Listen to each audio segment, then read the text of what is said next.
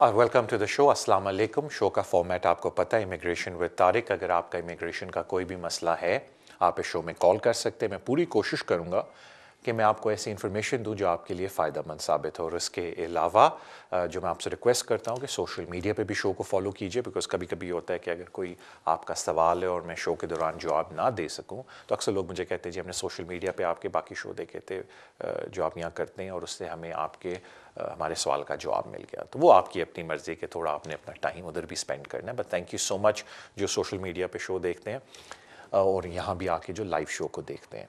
तो हम अपने पहले कॉलर की तरफ चलते हैं। अस्सलाम वालेकुम। वालेकुम सलाम सर।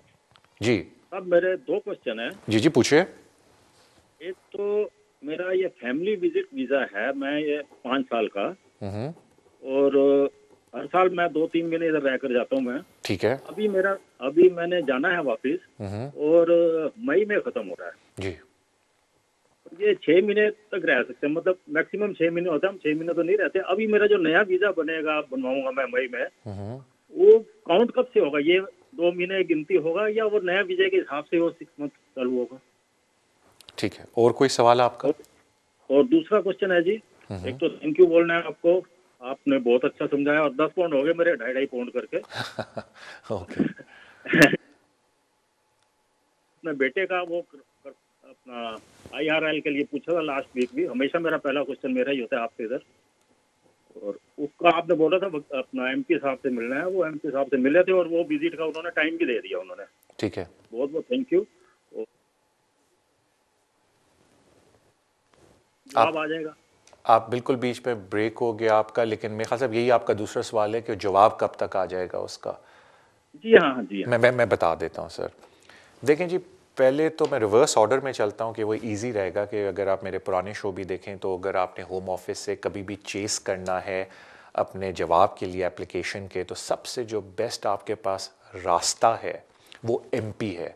और आप गूगल पे जाके चेक कर सकते हैं फाइंड माई MP, और आपको पता चल जाएगा आपके MP कहाँ आपको मिल सकते हैं। उनके अपने ऑफिसेज होते हैं या उनका स्टाफ होता है जो आपसे डील करता है, और आप उनके पास जाके अपना केस बता के कह सकते हैं कि जी होम ऑफिस को बोलें कि वो जल्दी से डिसीजन दें। एक दफ़ा जब MP ख़त लिखता है तो कोई गारंटी नहीं है कि होम ऑफिस उसके ख़त की वजह से जल्दी कर देगा आपका डिसीजन, लेकिन थोड़ी सी हेमा गेमी और हलचल होनी शुरू हो जाती है आपके केस के ऊपर। And this is what you want कि अगर किसी नीचे जाके फाइल पड़ी तो थोड़ी ऊपर आ जाए, बिकॉज वो MP को उनको जवाब देना होता है। और नॉर्मली वो MP लिएज़ॉन डिपार्टमेंट जो होम ऑफिस का है वो 4 हफ्ते में MP को जवाब दे देता है।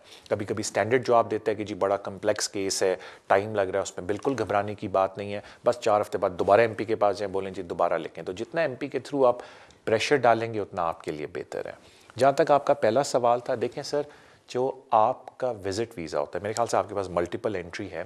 जब आप एक दफ़ा मुल्क में एंटर हो जाते हैं तो 180 दिन आप यहाँ रह सकते हैं। और केस लॉ भी है जिसमें कहा गया कि जी एक बंदा जितनी दफ़ा आए जाए, एज लॉन्ग एज वो टाइमली मैनर के अंदर वापस चला जाए और यहाँ अपने वीज़ा कंडीशन को ब्रीच ना करे, उसको यहाँ आने देना चाहिए। डज़ नॉट मैटर कि कितनी दफ़ा आ या जा रहा है इस मुल्क से। लेकिन उसी केस लॉ में जज ने यह भी बोला है कि हम ओवरऑल भी पिक्चर देखेंगे कि भाई बंदा कर क्या रहा है। फॉर एग्जांपल, अगर एक बंदा रिटायर्ड है और कहता है जी मैं यहाँ बच्चों से मिलता हूँ और वापस चला जाता हूँ, तो वो चाहे जितनी मर्जी दफ़ा एज लॉन्ग इस कानून के अंदर वापस जा रहा है, फाइन, बिकॉज वो बंदा रिटायर्ड है। लेकिन अगर कोई बंदा कहता है जी मैं वहाँ काम भी कर रहा हूँ, तो सारी बात है, काम वाला बंदा, हम भी यहाँ काफ़ी लोग काम करते हैं, इतनी ज़्यादा छुट्टियाँ नहीं कर सकता इतने लंबे टाइम के लिए। तो कहने का मतलब है कि केस बाय केस वो लोग असेस करते हैं। तो मैं ये इसलिए आपको बता रहा हूँ कि शायद जब अगली दफ़ा आप आएँ तो आजकल होम ऑफिस जो एंट्री क्लियरेंस ऑफिसर्स हैं, जो इन्फोर्समेंट ऑफिसर्स हैं, कभी कभी इस चीज़ को पूछते हैं कि जी आप इतने ज़्यादा ट्रिप्स क्यों मार रहे हैं, बशर्ते आप टाइमली मैनर पे वापस जा रहे हैं। तो वो फिर आपके लिए कॉन्फिडेंटली जवाब देने का आपके पास थोड़ा सा हौसला होना चाहिए कि देखें जी मैं कोई यहाँ गलत काम नहीं कर रहा, मैं एक्सटेंडेड फैमिली है मेरी, या जो भी आपकी सिचुएशन है कि मैं आता हूँ और टाइम पे चला जाता हूँ और मैं अफोर्ड कर सकता हूँ इन ट्रिप्स को, मैं कोई बर्डन नहीं हूँ आपके सोशल सिस्टम पे, मेरे पास प्राइवेट मेडिकल इंश्योरेंस भी इन ट्रिप्स पे। तो एज लॉन्ग एज आप अपने कानून के अंदर रहते हैं प्रॉब्लम नहीं होना चाहिए। लेकिन जो 180 डे का पीरियड है वो लैंड करके काउंट होता है। थैंक यू सो मच आपके ये कॉल का। अगले कॉलर की तरफ चलते हैं। हेलो। हेलो, अस्सलाम वालेकुम सर। वालेकुम अस्सलाम। सर मैं अब्दुल जब्बार बात कर रहा हूँ नॉर्दर्न आइलैंड से। जी तो जब्बार भाई। मुझे एक दो क्वेश्चन पूछने हैं। मेरी वाइफ का अप्लाई करना है मुझे इंडेफिनेट। तो मुझे एक तो उसमें डाउट है कि अभी जो सेम डे वाला वो खत्म हो गया या अभी है? ये मुझे ना कंफर्म कर देना। अगर खत्म हो गया तो उसकी जगह पे क्या स्टार्ट किया उन्होंने, ओके, कि जल्दी वाला। ठीक है। और दूसरा कि जो बैंक स्टेटमेंट है और सैलरी स्लिप है, ये किसी ने मुझे बताया था कि अब 5 साल का देख रहे हैं वो, क्योंकि मेरी वाइफ को 5 साल हो जाएंगे अभी इस फरवरी में, मुझे अप्लाई करना है। ओके, तो मुझे पिछले 5 साल का दिखाना पड़ेगा या अभी 6 महीने का दिखाना पड़ेगा? और तीसरी बात ये है कि किसी ने बताया था कि अभी उन्होंने एक फॉर्म पे एक उन्होंने एक्स्ट्रा कर दिया कि आप जो सैलरी ले रहे हो, ये कितना टाइम पहले से ले रहे हो। आप प्लीज मुझे ओके। इस बारे में ये बताना। ये जिसने आपको बताया था वो कोई जोगी थे या मैं वैसे पूछ रहा हूँ? बड़ी बातें उन्होंने आपको अंदर की बताई हैं। नहीं, नहीं, मैं आपको उसका नाम नहीं बता सकता, ओके, सॉरी। बड़ी मेहरबानी। आप एक काम कीजिएगा कि नेक्स्ट टाइम वो आपसे बात करें तो बोलें तारिक भाई ने कहा था लॉटरी के 6 नंबर भी बता दें, और फिर मुझे मेरे ईमेल पे कांटेक्ट करके वो लॉटरी के 6 नंबर भी सर प्लीज़ दे दीजिएगा, शायद निकल आए। सर जी, पहले मैं आपको रिक्वेस्ट कर देता हूँ सर, जो सेम डे सर्विस है उसका क्या सिलसिला है इस वक्त? बिल्कुल सर, होम ऑफिस वालों ने अब आप देखें कि मेजॉरिटी जो एप्लीकेशंस हैं वो ऑनलाइन हो गई हैं। जब आप ऑनलाइन एप्लीकेशन भरते हैं और आप आगे जाते हैं तो होम ऑफिस ने आपको 2 शर्तें दी हुई हैं। एक है कि आप एग्जिस्टिंग सर्विस यूज़ करना चाहते हैं या न्यू सर्विस यूज़ करना चाहते हैं। एग्जिस्टिंग सर्विस में आप सेम डे सर्विस भी बुक कर सकते हैं, एंड एग्जिस्टिंग सर्विस में आप पोस्टल एप्लीकेशन डालते हैं, यानी कि जो लोग एग्जिस्टिंग सर्विस करना चाहते हैं वो सेम डे भी कर सकते हैं एंड पोस्टल। तो सेम डे का वही होता है, आप वो सेंटर्स में जाते हैं और जाके अपने कागजात दिखाते हैं, वो एग्जिस्टिंग सर्विस है। फिर होम ऑफिस ने एक नई सर्विस शुरू की है जो एक आउटसाइड फर्म को दे दी है, और जब आप नई सर्विस चूज़ करते हैं तो उसमें जाके वो आपको, जब अपना एप्लीकेशन प्रोसेस आप होम ऑफिस का कंप्लीट करते हैं तो वो वेबसाइट आपको उस आउटसाइड कंपनी की वेबसाइट पे लेके चली जाती है, और जहाँ आपको नया अकाउंट क्रिएट करना पड़ता है। उसकी वजह ये है कि जब आप उनकी अपॉइंटमेंट बुक करते हैं वो कहते हैं कि अपने सारे कागजात आप अपलोड करके हमारे सिस्टम पे चढ़ा दें। अगर आपके पास स्कैनिंग की फैसिलिटी है तो आप डायरेक्टली उनकी वेबसाइट पे अपने कागजात चढ़ा सकते हैं, और अगर आपके पास स्कैनिंग की फैसिलिटी नहीं है तो वो आपके बिहाफ आपके कागजात चढ़ा देंगे अपनी वेबसाइट के ऊपर, लेकिन फिर वो आपसे आई थिंक काफ़ी पैसे लेते हैं उस काम के। मुझे एग्जैक्ट अमाउंट नहीं पता, but they do charge you money for it. तो वो आपकी मर्ज़ी है। और अब वो पुराना सिस्टम सेम डे सर्विस का नहीं रहा, जो लोग पहले 45 डेज़ पहले बुकिंग वगैरह करते थे। अब जब आपका 28 दिन वीज़ा को रह जाए और जब भी आपने करना है आप विद इन अपने पीरियड में हैं, आप सिस्टम पे जाएं, तो अगर ओल्ड सिस्टम के तहत जब आप वो क्लिक करते हैं ना, ओल्ड सिस्टम, एग्जिस्टिंग सिस्टम या न्यू सिस्टम, अगर आपको एग्जिस्टिंग सिस्टम के थ्रू नहीं मिलता टाइम तो न्यू सिस्टम के थ्रू बड़े आराम से एप्लीकेशंस देखने में आई हैं कि 2-3 दिन बाद का पीरियड आपको मिल जाएगा। उसमें थोड़ी सी एक टेक्निकल बात ये जो ज़्यादती है लोगों के साथ कि जब आप कहते हैं कि मैंने 3 दिन बाद जाना है, ऑटोमेटिकली वो 200-250 पाउंड एक्स्ट्रा चार्ज करना शुरू करें या आउटसाइड फर्म कि ये प्रीमियम वाली अपॉइंटमेंट है, जो कि थोड़ी ज़्यादती है, बिकॉज बंदा ऑलरेडी इतना पैसा दे के उस सर्विस तक पहुंचा है होम ऑफिस को, फिर वो ऊपर 200-250 पाउंड ले रहे हैं अब कि जी हमारा ये प्रीमियम टाइम है। लेकिन अगर आप वो एक छोटा सा कॉलम ऐसे टिक करें कि मुझे फ्री वाली अपॉइंटमेंट दें, तो जो देखने में आया कि हफ्ते के अंदर आपको अपॉइंटमेंट मिल जाती है, बिकॉज उनके काफ़ी सेंटर्स हैं according to your post code. So कहने का मतलब ये नया सिस्टम है कि जब आप ऑनलाइन एप्लीकेशन फिल करते हैं तो न्यू सिस्टम के अंदर चले जाएँ, फिर उस वेबसाइट के ऊपर जाएंगे और वहाँ जब आप जैसे जैसे आगे क्लिक करते जाएंगे आपकी अपॉइंटमेंट्स खुल जाएंगी जब आप पे करेंगे। और डॉक्यूमेंट्स अब अपलोड करने पड़ते हैं, वो आप डायरेक्टली उनकी वेबसाइट पे अपलोड कर सकते हैं स्कैनर के थ्रू, या आप उनको पैसे दे के उधर सारे कागजात स्पेयर कॉपीज़ लेके चले जाएं और वो फिर आपको पैसे आपसे चार्ज करके अपलोड कर देंगे। ये तो बात आ गई कि सेम डे सर्विस अब किस तरह हो रही है। सो अवेलेबल है, सिर्फ उसका रूल चेंज हो गया है। जहाँ तक सर अपेंडिक्स एफएम की बात है, जब आप सेटलमेंट अप्लाई करते हैं तो वो अभी भी कानून वही है जो एक्सटेंशन के वक्त और इनिशियल एप्लीकेशन के वक्त था। मुझे नहीं पता क्यों आपको अर्ज़ किया गया कि 5 साल का रिकॉर्ड देखते हैं। जो कानून है वो तो यही है कि अगर आप सेल्फ एम्प्लॉयड हैं तो हम पिछला लास्ट 1 ईयर का टैक्स रिटर्न का पीरियड देखेंगे, और अगर आप एम्प्लॉयड हैं और आप 6 महीने से ज़्यादा एम्प्लॉयर के साथ काम कर रहे हैं तो हम पिछले 6 महीने का पीरियड देखेंगे, और अगर आपको 6 महीने से कम अपने एम्प्लॉयर के साथ हुए तो हम पूरे 1 साल का रिकॉर्ड देखेंगे। तो मुझे नहीं पता वो 5 साल की बात कहाँ से आई है, लेकिन sir at the end of the day वो अकॉर्डिंग टू अपेंडिक्स एफएम जो इमिग्रेशन कानून है उसको चेक करते हैं। जहाँ तक बात है कि कोई एक्स्ट्रा कॉलम है, सर मुझे इस चीज़ का नहीं पता। जहाँ तक मेरी मालूमात हैं उन्होंने application according to immigration rule appendix FM देखनी है।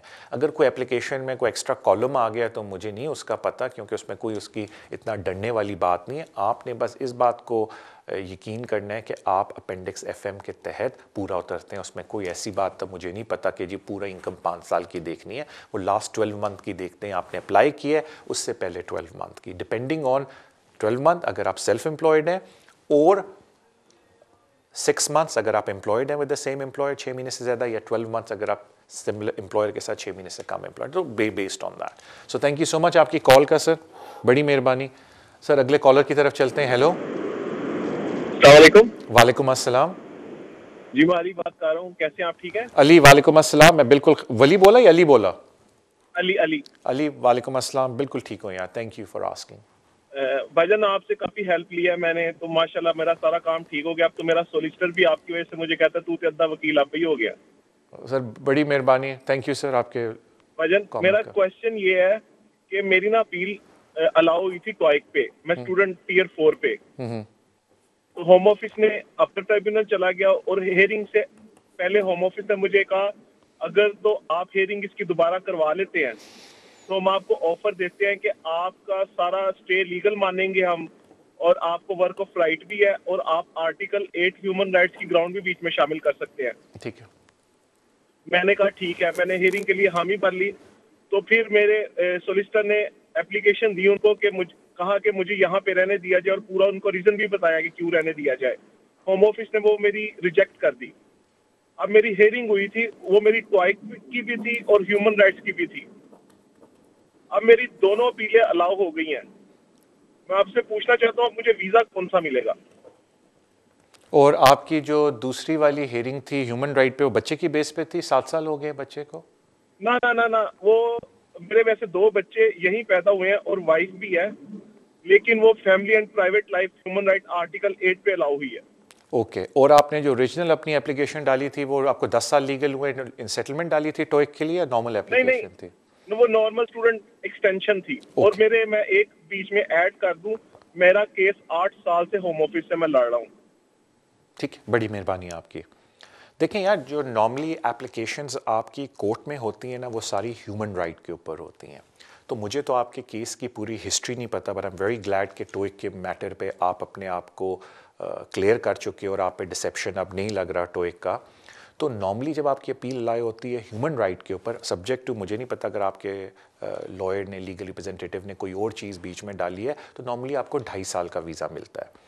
अब वो जो 2.5 साल का आपको अंडर ह्यूमन राइट वीज़ा मिलता है, वो फिर हर 2.5 साल बाद एक्सटेंड होता है। अब मैंने आपसे बात नहीं पूछी, और ये मेरे ख्याल से शो का फॉर्मेट नहीं है कि आपके बच्चों को 7 साल हो गए हैं, या आपकी वाइफ ब्रिटिश हैं, या आपके बच्चे ब्रिटिश हैं, मतलब क्योंकि आपने ह्यूमन राइट के ऊपर भी रिलाई किया है, या आप अभी तक वही चला रहे हो कि जी मेरा स्टूडेंट एप्लीकेशन थी। बिकॉज अगर आप वही चला रहे हो कि मेरी स्टूडेंट एप्लीकेशन थी, जिस तरह एक मैं एक रिसेंट एग्जाम्पल देता हूँ, मैं बंदे का नाम नहीं लेता, कि जी वो स्टूडेंट वीज़े पे थे और टोइक की वजह से उनकी एप्लीकेशन आपकी तरह 4-5 साल तक पेंडिंग रही। तो जाहिर बात है कि जब हम कोर्ट में गए तो जज ने कहा जी टोइक का तो क्लियर हो गया, तो अब इस बंदे के पास कौन सी एप्लीकेशन पीछे रह जाती है अंडर ह्यूमन राइट्स। तो जाहिर बात है कि जब आप ह्यूमन राइट की असेसमेंट करते हो तो उसमें ये देखना पड़ता है जी बंदे को 20 साल हुए हैं, या उसके बच्चे को 7 साल हुए हैं, या उसकी कोई फैमिली मेम्बर यहाँ ब्रिटिश है, ताकि देखें कि वो इनमें से किसी रूल के अंदर आते हैं ह्यूमन राइट्स के या नहीं। क्योंकि अगर वो नहीं आते तो फिर तो वो सिंपल ये बोलते हैं कि अच्छा जी फिर हम ऐसा करेंगे, उसको एक और टाइम दे देते हैं कि ये फिर स्टूडेंट जाके अपना एडमिशन किसी कॉलेज के अंदर करवा ले, तो बड़ा लिमिटेड टाइम का आपको वीज़ा देते हैं ऑन दिस कंडीशन कि जाओ अपना कैश करवाओ और जाके वापस पढ़ना शुरू हो जाओ। तो मुझे क्योंकि आपके केस की कंप्लीट हिस्ट्री नहीं पता और ये शो का उसका फॉर्मेट नहीं है, तो टेक्निकली मैं नहीं बता सकता कि वो किस बात पे आपको वीज़ा देंगे। बट अगर आपकी वाइफ ब्रिटिश है, बच्चा कोई ब्रिटिश है, या 7 साल बच्चों को इधर हो गए हैं, तो नॉर्मली अगर आपका उस बात 7 ईयर सो कॉल्ड रूल के ऊपर अगर आप it shouldn't be called a 7-year rule, लेकिन एग्जांपल दे रहा हूँ कि लोगों को समझ इस तरह आती है, तो फिर वो 2.5 साल का वीज़ा मिलता है। But I do not know the history of your case, तो मैं रादर आपको बताना नहीं चाहता कि कौन सा वीज़ा मिलेगा, बिकॉज उसके लिए पूरी आपकी हिस्ट्री देखनी पड़ती है। मुझे बताया गया कि इस वक्त हमारा पहले ब्रेक का टाइम हुआ है। ब्रेक पे जाने से पहले जो मैं अर्ज़ कर दूं कि देयर इज़ एन ईमेल, अगर आपका कोई सवाल है उस पर मुझे भेज दें, लेकिन I do apologise, work commitment की वजह से मुझे बिल्कुल मौका नहीं मिलता कि मैं सारी ईमेल्स को जवाब दे सकूं। तो इसलिए मैं लोगों से रिक्वेस्ट करता हूं कि अगर आप शो सोशल मीडिया पे फॉलो करें तो आपको और भी मुफीद इन्फॉर्मेशन उससे मिल सकती है। तब हम ब्रेक पे जाएंगे, ब्रेक के बाद I will start taking some more calls. Thank you so much. Back to the show, immigration with Tariq. Show पे जाने से पहले जो मैंने आपसे रिक्वेस्ट की कि सोशल मीडिया पे भी शो को फॉलो कीजिए, शायद आपके सवाल का जवाब आपको सोशल मीडिया पे शो फॉलो करने से मिल जाए, क्योंकि बाकी शोज़ में भी सवाल लोग करते हैं, मैं जवाब देता हूँ और कभी कभी सवाल रिपीट होते हैं, तो आपके लिए बेनिफिशियल होगा। अब हम लोग अपने अगले कॉलर की तरफ चलते हैं। हेलो हेलो तारिक साहब, सलाम वालेकुम। वालेकुम अस्सलाम। अच्छा, मेरा सवाल स्पाउस वीजा एक्सटेंशन के मुतालिक है जी। मेरी बहू मेरी यूके आई हुई थी स्पाउस वीजा पर। शी एंटर्ड यूके 9 अक्टूबर 2016 और इनका वीजा जो मिला था पहले एंट्री क्लियरेंस का वो था 15 जून, सॉरी एंट्री क्लियरेंस हुआ था इनका 15 सितंबर 2016। अच्छा, हम ये जानना चाहते हैं कि इनका एक्सटेंशन के लिए हम कब अप्लाई करेंगे एग्जैक्टली? मैंने सुना है कि 2.5 years का टाइम होता है, लेकिन मुझे एग्जैक्ट डेट चाहिए, हमें कब एक्सटेंशन के लिए अप्लाई करना है। Alright sir, thank you so much sir. देखिए, नॉर्मली जो अच्छी प्रैक्टिस होती है वो ये है कि जब उनका वीज़ा ख़त्म होने को आया है तो 28 दिन पहले उस पीरियड के अंदर आप उनकी एक्सटेंशन अप्लाई कर दें। That's a good formula to have. और उसकी मैं आपको वजह बता देता हूँ कि जब स्पाउस वीज़े पे वो सेटलमेंट अप्लाई करते हैं तो उसकी एक कंडीशन है कि they must have stayed in the UK for 60 months on a spouse visa. तो अगर आप बहुत जल्दी एक्सटेंशन कर देंगे तो कभी कभी ये होता है कि यूके के पीरियड का 60 months पूरे नहीं होते, 2-3 महीने शॉर्ट हो जाते हैं, बिकॉज लोगों ने एक्सटेंशन बहुत जल्दी करा दी होती है। तो अगर आपको एग्जैक्ट डेट चाहिए एक्सटेंशन की तो देखिए उनका वीज़ा कब तक वैलिड है और उससे 28 दिन पीछे हो जाएं और उस पीरियड के दौरान आप एनी टाइम उनकी एक्सटेंशन अप्लाई कर सकते हैं। और ये फॉर्मूला इसलिए भी बेहतर है कि जब उनके 60 months पूरे हो जाएंगे, you still have a little bit of period to play with, ताकि उस वक्त तक अपने अपेंडिक्स FM की रिक्वायरमेंट पूरी कर लें और उनकी एप्लीकेशन डाल दें। थैंक यू सो मच आपकी कॉल की। अगले कॉलर की तरफ जाते हैं। हेलो, अस्सलाम वालेकुम। वालेकुम अस्सलाम। तार साहब कैसे हैं? ठीक ठाक अल्हम्दुलिल्लाह यार, मैं बिल्कुल खैरियत से। Thank you so much for asking यार।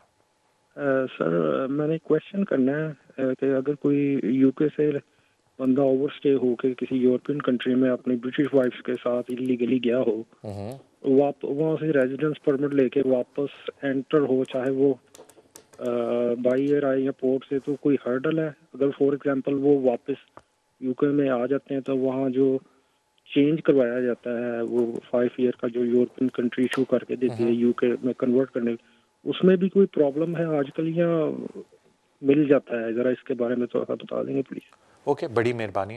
देखिए, आप जो बात करें वो सुरिंदर सिंह रूट की है। अब वो क्या है कि अगर कोई ब्रिटिश बंदा यूरोपियन कंट्री के अंदर चला जाता है और होम ऑफिस ये कहता है कि जी वो अपनी सारी लाइफ एक तरह से शिफ्ट कर गया है यूरोपियन कंट्री के अंदर, और वो जो उस पीरियड को होम ऑफिस ने एक बार बनाई है वो 3 months बनाई है, तो अगर एक बंदा जेन्युइनली यूरोप में चला जाता है और वो यूरोप में जाके अपनी लाइफ गुजारना शुरू हो जाता है और वहाँ अंडर यूरोपियन रेगुलेशन वो अपना रेजिडेंट कार्ड भी अपने वाइफ का या हस्बैंड का, अपने स्पाउस का करवा लेता है, लेकिन बाद में वो बंदा डिसाइड करता है कि नहीं यार, यूरोप में मेरा काम नहीं चल रहा, मैं वापस आना चाहता हूँ, तो वो फिर बंदा सुरिंदर सिंह रूट के अंदर क्लासिफाइड होगा एज ए यूरोपियन नेशनल, यानी कि उस पर वो कानून लागू होगा जो EEA रेगुलेशन का है, जिसका मतलब ये है कि वो फिर अपने स्पाउस के लिए रेजिडेंट कार्ड अप्लाई कर सकता है as if he was a EEA member. अब जब ऐसा बंदा अगर मुल्क के अंदर आ रहा हो वापस, क्योंकि उसको EEA रेगुलेशन के अंदर काउंट किया जाएगा, तो होम ऑफिस बिल्कुल उसको EEA रेगुलेशन के अंडर 6 month का रेजिडेंट कार्ड दे सकती है और कह सकती है कि 6 महीने के अंदर, जिस तरह बाकी यूरोपियन नेशनल के स्पाउसेस के साथ करती है, आप TT राइट एक्सरसाइज करें और आप फिर अपना नया वीज़ा अप्लाई कर लें अंडर यूरोपियन रेगुलेशन। अब प्रॉब्लम कहाँ वहाँ आती है जो मैं थोड़ा सा देखता हूँ। अगर आप होम ऑफिस की पॉलिसी देखें और अगर आप ये फॉर्म भी सुरिंदर सिंह रूट के अंदर भर रहे हो, तो वो ये कहते हैं हमें ये कंफर्म करना है कि आपकी जेन्युइन इंटेंशन थी कि आप यूरोप जाके शिफ्ट हो जाएं। अगर आपकी इंटेंशन ये थी कि हम सुरिंदर सिंह रूट को मिसयूज़ करेंगे, यानी कि हम यूरोप जाएंगे, जैसे ही हमारे 3 महीने पूरे होंगे हम अपना कार्ड लेके वापस आएंगे, तो हम वापस कहते हैं हम इस चीज़ को अलाउ नहीं करेंगे, बिकॉज आपकी इंटेंशन जेन्युइन नहीं थी यूरोप जाके शिफ्ट होने की। तो वो फिर जो आपके सवाल आपसे करते हैं ना, वो आपकी इंटेंशन के बारे में करते हैं कि अच्छा जी हम यूरोप गए, क्यों गए, क्या आपने सोचा था यूरोप में करने का, अच्छा ठीक है आप इतनी जल्दी वापस क्यों आ रहे हैं। तो आपने होम ऑफिस को मुतमईन करना होता है कि जो आपका ब्रिटिश स्पाउस है वो यूरोप जेन्युइन मकसद के लिए गया था, लेकिन वहाँ जाके उनके हालात बदल गए, उनसे बिज़नेस या एम्प्लॉयमेंट जिस भी मकसद के लिए गए थे वो अब उनके पूरे नहीं हो रहे, कि वेदर तंग कर रहा है या जो एम्प्लॉयर था वो बहुत तंग कर रहा है, वी डोंट थिंक हम यहाँ सर्वाइव कर सकते हैं, या हमने सोचा था कि बिज़नेस बड़ा सक्सेसफुल होगा, लेकिन आके जब 2-3 महीने 4 महीने 5 महीने हमने बिज़नेस चलाया तो हमने देखा है कि ये तो भैया काम नहीं करेगा। एज लॉन्ग एज आप उन सारी बातों को मुतमईन कर दें होम ऑफिस को, तो फिर वो ई रेगुलेशन के अंदर आपको ट्रीट करेंगे एज अ फैमिली मेम्बर। सो कहने का मतलब था ना जब आपका कि जी क्या हो सकता है, ये बात नहीं है, बात है कि आपने उनको सेटिस्फाई करना है कि आप जेन्युइन इंटेंशन से आपके स्पाउस वहाँ शिफ्ट हुए थे, लेकिन क्योंकि हालात बदल गए यू कमिंग बैक। अगर वो इस बात को मान जाते हैं तो आप पे यूरोपियन लॉ लागू होगा। अब अगर आप पे यूरोपियन लॉ लागू होता है तो उसमें आपको एंट्री क्लियरेंस वीज़े की भी ज़रूरत नहीं है, बिकॉज यूरोपियन के जो स्पाउसेस हैं वो बाय लॉ वापस इस यूके के अंदर आ सकते हैं, और यूरोपियन रेगुलेशन के तहत उनको कोई भी बॉर्डर पे नहीं रोक सकता। सिर्फ वो उनके लिए ये कर सकते हैं कि उनको 6 महीने का रेजिडेंट कार्ड देंगे या 3 महीने का रेजिडेंट कार्ड देंगे, और यूरोपियन नेशनल को कहेंगे जो कि आप स्पाउस ब्रिटिश हैं उनके, कि सुरिंदर सिंह रूट के तहत आप यहाँ ट्रीटी राइट एक्सरसाइज करें और फिर उनकी एक्सटेंशन कर लें। तो मकसद ये नहीं है कि कोई वापसी पे प्रॉब्लम होगी, मेन इशू होता है कि आप कन्विंस कर लें होम ऑफिस के ऑफिसर्स को, अगर वो आपसे सवाल पूछें कि ये सारी एक्टिविटी जेन्युइन थी। एक लोगों को मिसकंसेप्शन होता है, पहले मैं वो क्लियर कर दूं। मैं लोगों से मिलता हूं, वो रेजिडेंट कार्ड दिखाते हैं यूरोप का, कहते हैं जी इसका मतलब हमारा तो सारा कुछ हो गया, हम तो ट्रैवल कर सकते हैं। आप नो, ट्रैवल आप बिल्कुल कर सकते हैं, लेकिन एक बात याद रखें, जो आपको यूरोप का रेजिडेंट कार्ड मिलता है वो उस कंट्री का है। होम ऑफिस उससे इंप्रेस नहीं होता, होम ऑफिस की अपनी रिक्वायरमेंट है जो आपको फुलफिल करनी होती है। वो एक लोगों को मिसकंसेप्शन है कि क्योंकि हमें यूरोपियन कार्ड मिल गया है हमें जी होम ऑफिस के आगे भी कुछ और प्रूव करने की ज़रूरत नहीं है। नो, होम ऑफिस को आपको उनकी रिक्वायरमेंट पूरी प्रूव करनी है। वो अलग बात है कि सर्टेन केसेस में वो किसी चीज़ को देखते ही नहीं और आप अप्लाई करते हैं और वो दे देते हैं, बट मेजॉरिटी केसेस में जो मैंने ऊपर की बात बोली है वो इस चीज़ को देखते हैं कि आपकी इंटेंशन जेन्युइन थी या नहीं, जिसको हम सुरिंदर सिंह रूट बोलते हैं। और उसमें जो मिनिमम पीरियड होता है वो 3 मंथ्स है, जो होम ऑफिस ने अपनी पॉलिसी में लिखा है, लेकिन वो बहुत सख्ती से और शक की निगाह से देखते हैं जो लोग 3 मंथ के अंदर वापस आए, कहेंगे आपने कहीं सुरिंदर सिंह रूट को मिसयूज़ तो नहीं किया। वो उनकी इंटेंशन देखना चाहते हैं लोगों की। थैंक यू सो मच आपकी कॉल के, आई wish you all the best sir. अगले कॉलर की तरफ चलते हैं। हेलो अस्सलाम वालेकुम भाईजान। वालेकुम अस्सलाम। और कैसे हो आप? मुझे 2 वीक का हो गया आपसे बातें नहीं हो पाई। बड़ी मेहरबानी आपका कॉल करने का। जी मैं 2-3 सवाल है हमारे। जी पूछिए आराम से। जी हम जिदा ओवरस्टे होए हैं 3 साल हो गए, सानू चौथा साल लगा होया इत्थे है ना जी। हमारा केस भी लगा होया ते हमारी बेटी 1 साल 2 मंथ की है, और उसका जिदा स्टेटलेस का लेटर भी हमें मिल गया है इंडियन मैसी से। एदा कोई आपा नु हो सा। दूसरा सवाल मेरा ये है कि इंडिया में हमारे 2 बेटे हैं, वो जे हम जहाँ से स्पॉन्सर पाएंगे ते मतलब वीजा उन्होंने मिल सकता है? इस तरह तो ना होंगी कि मम्मी डैडी कितने, इस तरह तो ना पूछेंगे सवाल। ठीक है, और कोई तीसरा सवाल आपका? बस यही ओके, मैं अर्ज कर देता हूँ। ठीक है, स्टेटलेस वाली बात पे ज़रा गौर से मेरा जवाब सुनिएगा प्लीज़, लेकिन मैं रिवर्स ऑर्डर में जाऊंगा क्योंकि स्टेटलेस वाले पे मैं थोड़ा टाइम लगाऊंगा आपको एक बात समझाने के लिए। जहाँ तक बात आपके बच्चों की है, बिल्कुल, क्योंकि जब बच्चों की एप्लीकेशन डालेंगे तो एक चीज़ मैंडेटरी होती है, जब माइनर्स अपनी एप्लीकेशन डालते हैं वो पूछना चाहते हैं कि भाई पेरेंट्स किधर हैं, बिकॉज उनको बड़ा कंसर्न होता है कि कहीं बच्चे ट्रैफिक तो नहीं हो रहे। तो बड़ी सख्ती से एप्लीकेशन में पूछा जाता है और उसकी इन्वेस्टिगेशन होती है कि पेरेंट्स किधर हैं, भाई बच्चे अकेले जा रहे हैं तो किसके पास जा रहे हैं, अगर किसी अंकल वगैरह के साथ जा रहे हैं तो परमिशन है या नहीं। तो जब उनको पता चलेगा कि पेरेंट्स ऑलरेडी इस मुल्क में हैं और वो ओवरस्टे हैं और कोई एप्लीकेशनें डाली हुई हैं, there is a very good possibility कि वो शायद बच्चों को इधर ना आने दें, बिकॉज उनको पता है कि बच्चों को आने देंगे तो और भी स्ट्रॉन्ग केस शायद पेरेंट्स का बन जाए कि फैमिली इकट्ठी हो गई है, और ये उनके लिए आर्ग्यूबल केस है होम ऑफिस के लिए कि बाद में कोई पेरेंट्स अपना केस डालें तो हम कह सकते हैं जी 2 बच्चे तो आपके पीछे हैं, आप अपना फैमिली यूनिट क्यों ब्रेक करके इधर बैठे हुए हैं। सो कहने का मतलब है कि there is a very high probability कि जब बच्चों की एप्लीकेशन इंडिया में डलेगी तो वो ये बोलेंगे कि अगर पेरेंट्स ऑलरेडी यूके में हैं तो जी हम तो बच्चों को नहीं जाने देते। फिर आप ज़ाहिर बात है अपीलें करके उसको केस को फाइट करने की कोशिश करेंगे। बट मेरा फ़र्ज़ है आपको बताना कि जो आपने बातें बोली हैं उसमें ये इन्फॉर्मेशन देना चाहता हूँ मैं आपको कि बड़ा मुश्किल हो जाएगा उनको वीज़ा मिलना। तो ये तो रिवर्स ऑर्डर में जा रहा था जो आपका सेकेंड सवाल था। जो अब आपका पहला सवाल है, अब जो मैं आपको बात बोलने लगा हूँ उसको गौर से प्लीज़ सुनिएगा। स्टेटलेस की दो तरह की एप्लीकेशन होती हैं। पहले मैं वो वाली एप्लीकेशन स्टेटलेस की बात करता हूँ जो हर कोई आजकल डाल रहा है, वो केस लॉ के बाद। अगर आप मेरे पुराने शो देखें इसका मैंने बड़ा जिक्र किया था। इनफैक्ट जब ये एमके केस लॉ नहीं भी आया था मैं उससे पहले भी कहता था कि भाई ये स्टेटलेस एप्लीकेशंस बड़ा काम की एप्लीकेशंस है। बट एनीवे, जो दो तरह की एप्लीकेशन है, एक जिनका बहुत सारे लोगों को पता है और एक जिनका बहुत कम को पता है। कुछ क्योंकि मैंने शो में जिक्र किया तो लोगों ने फिर मुझे फ़ोन करके पूछना शुरू किया जी ये कौन सी एप्लीकेशन है, तो मैं दोनों एक्सप्लेन करता हूँ। एक जो बड़ी पॉपुलर एप्लीकेशन है वो ये है जो बच्चे रजिस्ट्रेशन अप्लाई करते हैं ब्रिटिश पासपोर्ट के लिए थ्रू द स्टेटलेस प्रोसेस। उसमें जो आपके शर्तें हैं कि बच्चा यूके में पैदा हुआ हो, बच्चे की उम्र 5 साल से ऊपर है और बच्चा स्टेटलेस है। तो इंडियन बच्चों का बड़ा इजी इसलिए हो जाता है क्योंकि वो जो केस लॉ है जो इसके ऊपर अप्लाई होता है वो इंडियन केस लॉ है, जिसमें ये बोला गया था कि जी इंडियन नेशनैलिटी वाले बच्चे जिनकी उम्र 5 साल से ऊपर है वो जो थी स्टेटलेस ही हैं बिकॉज इंडियन लॉ उनको रिकग्नाइज नहीं करता। सो कहने का मतलब है कि अगर वो वाली एप्लीकेशन आप स्टेटलेस की डालें कि बच्चा रजिस्टर हो एज ब्रिटिश सिटीजन, तो आपको एक बहुत बड़ी प्रॉब्लम है कि बच्चे की उम्र सिर्फ 1.5 साल है, बच्चे की उम्र 5 साल से ऊपर नहीं है। तो ब्रिटिश पासपोर्ट के लिए तो उसकी एप्लीकेशन नहीं डाल सकती क्योंकि उसमें ये कंडीशंस हैं। फिर एक और एप्लीकेशन होती है स्टेटलेस की जो बहुत कम लोगों को पता है, मैंने शो में भी इसका जिक्र किया था। वो होती है कि जी बच्चा का कोई यहाँ मर्दों के बड़ों के लिए भी हो सकती है, लेकिन बच्चे का, जब बच्चों की बात करें, बच्चे का यहाँ कोई स्टेटस नहीं है, कोई कंट्री उसको रिकग्नाइज नहीं करती और हम ये स्टेटलेस एप्लीकेशन उसके लिए डाल रहे हैं। वो एक वीज़े की एप्लीकेशन होती है, उसमें बच्चे को ब्रिटिश पासपोर्ट नहीं मिलता, उसको वीज़ा मिलता है।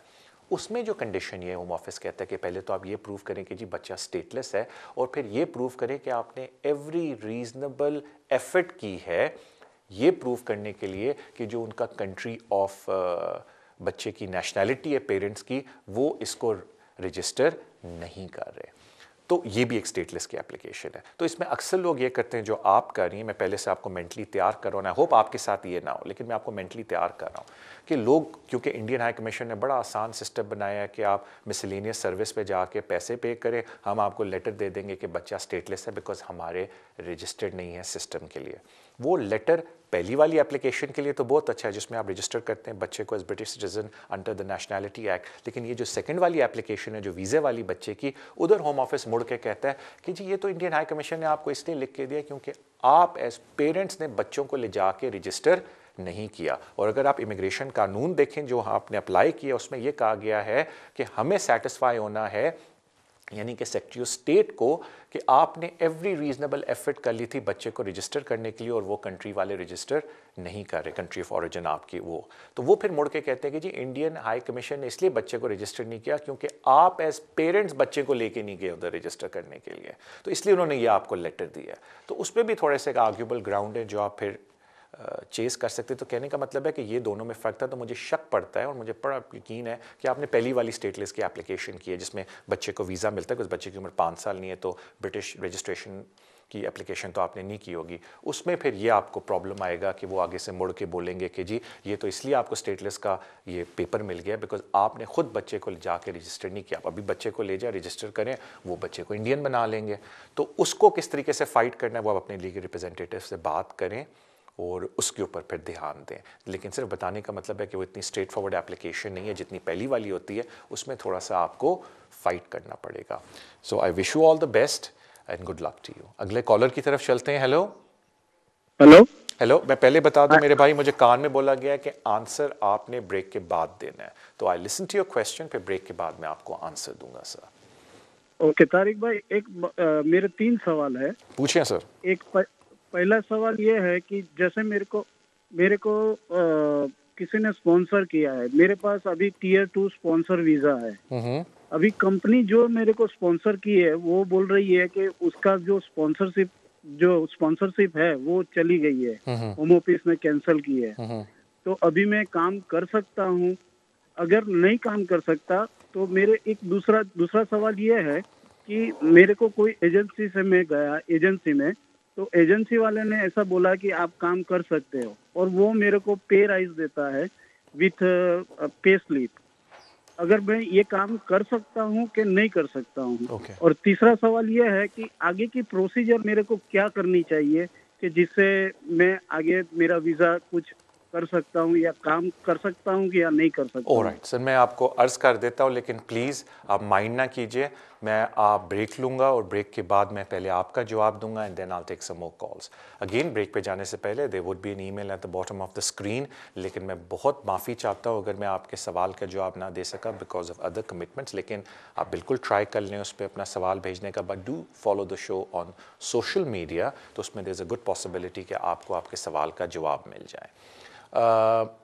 सबसे इंपॉर्टेंट बात, अब हम ब्रेक पे जाएंगे, ब्रेक के बाद I am gonna take some more calls और मैं आपके और जवाब दूंगा। Thank you so much, keep watching immigration with Tariq. Back to the show immigration with Tariq. Break पे जाने से पहले किसी ने कॉल किया, उन्होंने कहा मैं Tier 2 वीज़े पे हूँ लेकिन मेरे स्पॉन्सर का बिज़नेस बंद हो गया है और मुझे किसी एजेंसी ने बोला है कि जी मैं काम कर सकता हूँ। तो देखिए जी, पहली बात है कि जो आपका वीज़ा है वो एसोसिएटेड है, यानी कि लिंक्ड है आपके स्पॉन्सर के साथ, और जो कानून है वो ये कहता है कि सिर्फ आप उनके लिए काम करेंगे या आप सप्लीमेंट्री जॉब 20 घंटे के लिए कर सकते हैं जो आप उसी ट्रेड और उसी प्रोफेशन के अंदर और उन्हीं ड्यूटीज़ के अंदर करेंगे किसी और के साथ, उसको सप्लीमेंट जॉब बोलते हैं। लेकिन आपके साथ प्रॉब्लम ये हो गई है कि अब आपका स्पॉन्सर आपका जो स्पॉन्सर है उसका लाइसेंस ख़त्म हो गया है, मीनिंग आपका वीज़ा भी एक तरह से ख़त्म हो गया। ये एक बड़ी आर्गूमेंटिव चीज़ है कि नहीं जी हमारा वीज़ा उस वक्त तक है जब तक होम ऑफिस हमें ख़त नहीं लिखता, लेकिन आपको उसका वेट नहीं करना चाहिए। डेफिनेटली आप एजेंसी के लिए काम नहीं कर सकते बिकॉज आपको इजाज़त नहीं है उस वीज़े पे, और वैसे भी उन्होंने वीज़ा आपका इवेंचुअली कर्टेल कर देंगे, लेकिन क्योंकि आपको पता है कि आपके एम्प्लॉयर का बिज़नेस बंद हो गया है, आपको कोई ऐसी हरकत नहीं करनी चाहिए जिससे आपके वीज़े पे और एडवर्स इफेक्ट पड़े, बिकॉज आपको चाहिए कि होम ऑफिस के अच्छी बुक्स में रहें क्योंकि आपको उनसे आगे एक्सटेंशन भी चाहिए। अब आपके पास जो एक प्रोसेस है वो तो ये है कि आप कोई और स्पॉन्सर ढूंढें जो आपके बिहाफ पे कॉस्ट एलोकेट करे और आपको स्विच कर दे उसके ऊपर। उसके अलावा डिपेंड करता है कि आपके फैमिली क्या सर्कमस्टांसेस है, कि आया आप किसी बच्चे की बेस पे या अपनी वाइफ की बेस पे ह्यूमन राइट्स के अंडर अप्लाई कर सकते हैं या नहीं। वो बड़ा डिपेंड करता है कि आपके फैमिली सर्कमस्टांसेस क्या हैं, कितने अरसे से आप इधर हैं, बच्चों की एजेस क्या हैं। तो मेरे ख्याल से उसके लिए बेहतर है कि अगर आप किसी कॉम्पिटेंट पर्सन के दफ्तर जाके आराम से बात करें and then make a decision कि आया आपको कोई एप्लीकेशन डालनी चाहिए या आप वापस चले जाएं। लेकिन इस बात का प्लीज़ ख्याल रखें, प्लीज़, कि do not take this for granted कि जी क्योंकि होम ऑफिस ने मुझे ख़त नहीं लिखा तो मैं जो मर्ज़ी करूं, बिकॉज वो बाद में जब भी फ्यूचर में कोई बात होगी तो वो आपको एडवर्सली इफेक्ट करेगी, बिकॉज आप एक पढ़े लिखे बंदे हैं, आप एक क्वालिफाइड जॉब के ऊपर थे। जज कहेगा मुड़ के कि आपको अच्छी तरह पता था कि क्या हो रहा है, आप इस तरह से इग्नोरेंट नहीं बन सकते। सो बी वेरी केयरफुल कि आप अगला कौन सा स्टेप उठाते हैं, and please take proper professional advice और किसी कॉम्पिटेंट पर्सन के पास जाके अपने केस को डिस्कस कीजिए।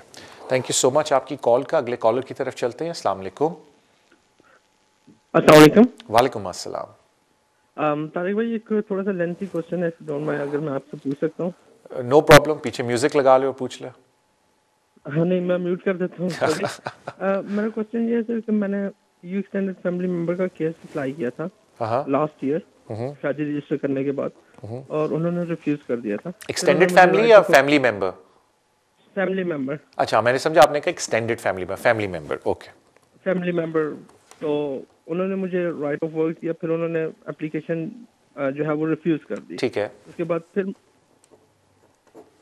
बाद फिर मैंने अप्लाई किया, ट्वाइस अप्लाई किया, लेकिन उन्होंने दोनों दफा रिफ्यूज कर दिया। ठीक है। लेकिन जो उन्होंने मुझे राइट ऑफ वर्क दिया हुआ था तारिक भाई, वो उन्होंने कैंसिल कर दिया, और मैं लास्ट तकरीबन 1 मंथ से वेट कर रहा हूँ उनके रिप्लाई का कि मुझे कोई रिस्पांस दें, एटलीस्ट मैं अपनी जॉब कंटिन्यू कर सकूं। ओके। और मेरे पास राइट ऑफ अपील जो था पहली एप्लीकेशन का जो फर्स्ट डाली थी लास्ट ईयर, उसकी हियरिंग जो है वो एंड ऑफ फरवरी है आई थिंक। हाँ जी, तो इसके बारे में अगर काइंडली प्लीज कुछ बता दें कि वो मुझे दोबारा राइट ऑफ वर्क इशू करेंगे कि नहीं करेंगे, क्योंकि थर्ड टाइम जब एप्लीकेशन अप्लाई की थी तो उन्होंने I think so within 1 week जो है वो एप्लीकेशन रिफ्यूज करके वापस भेज दी। ठीक है, लेकिन आपकी पहली एप्लीकेशन की अपील अभी चल रही है? जी अपील अभी उसकी डेट आ रही है। और इस अपील के दौरान आपने बाकी एप्लीकेशनें डाली थी? जी ओके, थैंक यू। देखिए, पहली बात ये बिल्कुल आपकी बात दुरुस्त है कि जब वो राइट टू वर्क देते हैं तो वो डॉक्यूमेंट वैलिड होता है 6 महीने के लिए, और उस 6 महीने के अंदर आपको दोबारा उनको ख़त लिखना पड़ता है और बोलना पड़ता है कि जी मुझे दोबारा राइट ऑफ वर्क का लेटर दे दें। और ये बड़ी आप समझ लें इनकन्सिस्टेंसी है होम ऑफिस के अंदर, और ये मैंने भी नोट की है कि जी एक एप्लीकेशन डालते हैं, राइट ऑफ वर्क दे देते हैं, दूसरी डालते हैं उन्हीं डॉक्यूमेंट के साथ तो वो राइट ऑफ वर्क नहीं देते। तो वो इनकन्सिस्टेंसी क्यों है? एक तो ऑब्वियसली उस वजह से कि अगर आप आईडी साथ ना दें, लेकिन और भी मैंने वेरिएबल्स देखे जिसकी वजह से उसमें इनकन्सिस्टेंसीज है, तो उसको मैं एड्रेस नहीं करना चाहता। आई रादर टेल यू कि आपका सोल्यूशन क्या है। जो सबसे आसान सोल्यूशन है आपके लिए वो ये है कि जो आपका एम्प्लॉयर है वो एक चीज़ कर सकते हैं जिनको कहते हैं चेकिंग सर्विस। तो एक तो है कि आप एम्प्लॉयर को डॉक्यूमेंट देते हैं जिस पे लिखा होता है कि जी आपको राइट टू वर्क है अंडर EU रेगुलेशन की, जो आप सेक्शन 50 के तहत एप्लीकेशन डालते हैं और उसके जो इन्वेस्टिगेशंस होती हैं उसके बाद, और उस पर लिखा होता है कि 6 महीने तक ये वैलिड है और उसके बाद आपको दोबारा अप्लाई करना है। लेकिन अक्सर ये होता है कि जब एप्लीकेंट दोबारा अप्लाई करता है तो होम ऑफिस बहुत टाइम लगाता है और टाइमली मैनर के अंदर उनको राइट टू वर्क की कंफर्मेशन नहीं मिलती। तो इस सूरत में आप अपने एम्प्लॉयर के पास जा सकते हैं और उसको कह सकते हैं कि जी एक चीज़ होती है जिसको कहते हैं हम employer checking service. Employer apply करता है एम्प्लॉयर चेकिंग सर्विस और उसको विदिन 2 डेज़ रिप्लाई मिल जाता है कि बंदे को राइट टू वर्क है या नहीं। क्योंकि आपको पहली एप्लीकेशन पे राइट टू वर्क था और आपने उसी एप्लीकेशन के तहत अभी अपील कर रहे हैं, I am pretty confident, I could be wrong, मैं इन्फॉर्मेशन सिर्फ आपको दे रहा हूँ कि जब आपका एम्प्लॉयर चेकिंग सर्विस को यूज़ करेगा वो आगे से यही बोलेंगे कि इनको राइट टू वर्क है and then that is also valid for 6 months.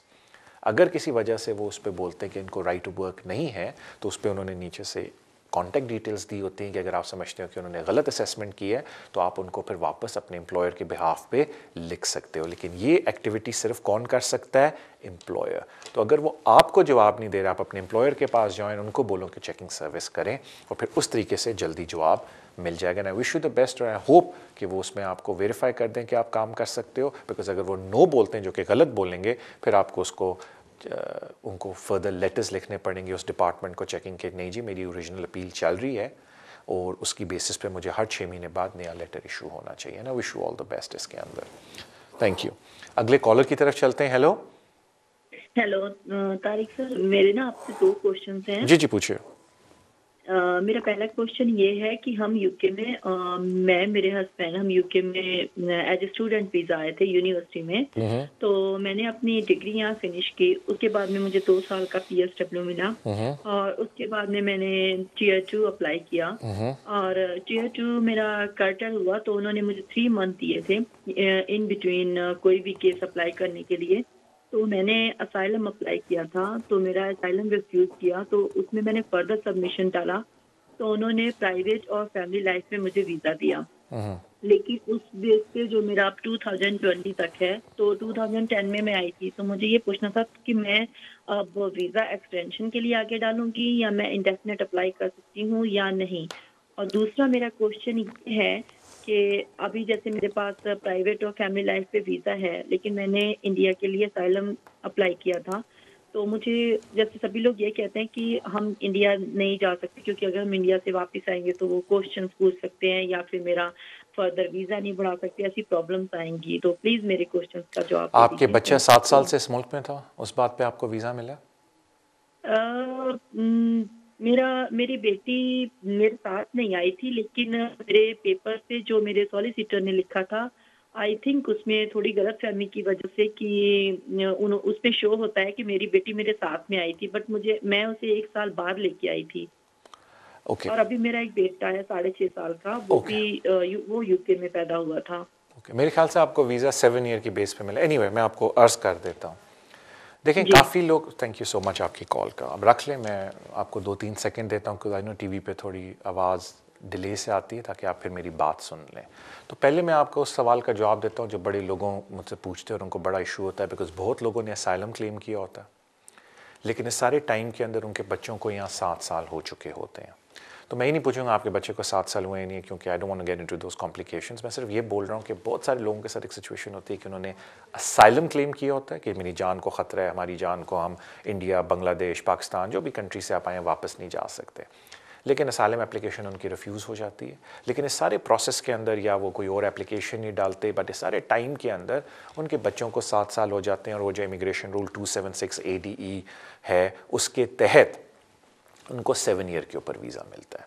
तो एक बात मैं आपको क्लैरिफाई कर दूं कि आपको वीज़ा ह्यूमन राइट के ऊपर मिला है, आपको ह्यूमैनिटेरियन प्रोटेक्शन के ऊपर नहीं मिला। तो ऐसे लोग बिल्कुल अपनी होम कंट्री में वापस जा सकते हैं, और अगर वापस आते हैं बिल्कुल होम ऑफिस इंडेफिनेट जिन लोगों को मिला होता है उनको होम ऑफिस तंग करता है कभी कभी एयरपोर्ट के ऊपर, तो आप क्या बात करें, आपका तो 2.5 साल का वीज़ा है।